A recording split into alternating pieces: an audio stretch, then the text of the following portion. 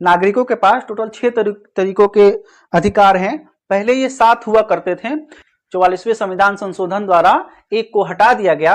अब हमारे पास टोटल 6 मौलिक अधिकार हैं, जिसमें एक है समता का अधिकार, यानी समता का मतलब होता है समानता का अधिकार, यानी कानून के नजर में सब बराबर हैं। राज्य अगर कानून बनाएगा, यानी कि सरकार अगर कानून बनाएगा तो सबके लिए एक समान लागू करेगा और राज्य के नजर में सभी व्यक्ति एक जैसे हैं। ठीक है, और ये है अनुच्छेद 14 से लेकर के अनुच्छेद 18 तक। ठीक है, इसके बाद है स्वतंत्रता का अधिकार। स्वतंत्रता का अधिकार में क्या होगा? बोलने की स्वतंत्रता, कहीं घूमने की स्वतंत्रता, आने जाने की स्वतंत्रता, ठीक है, अपना पर्सनल लाइफ जीने की स्वतंत्रता। ठीक है, आगे हम बताएंगे इसके बारे में डिटेल में। यह है अनुच्छेद 19 से लेकर के अनुच्छेद 22 तक। ठीक है, इसके बाद है शोषण के विरुद्ध अधिकार।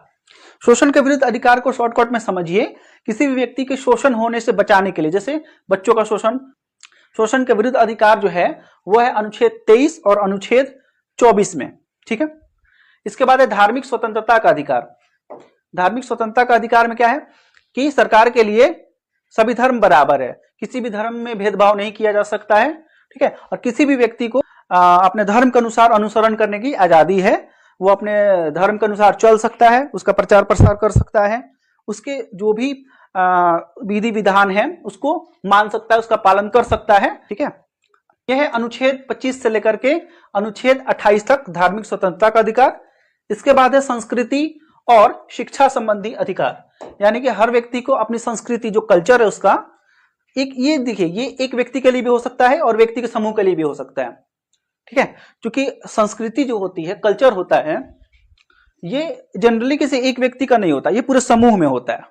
ठीक है, तो अपनी संस्कृति को बचा करके रखने और उसको संरक्षण का जो अधिकार है वो आपको मिलेगा अनुच्छेद 29 और अनुच्छेद 30 में। और यह है संवैधानिक उपचारों का अधिकार।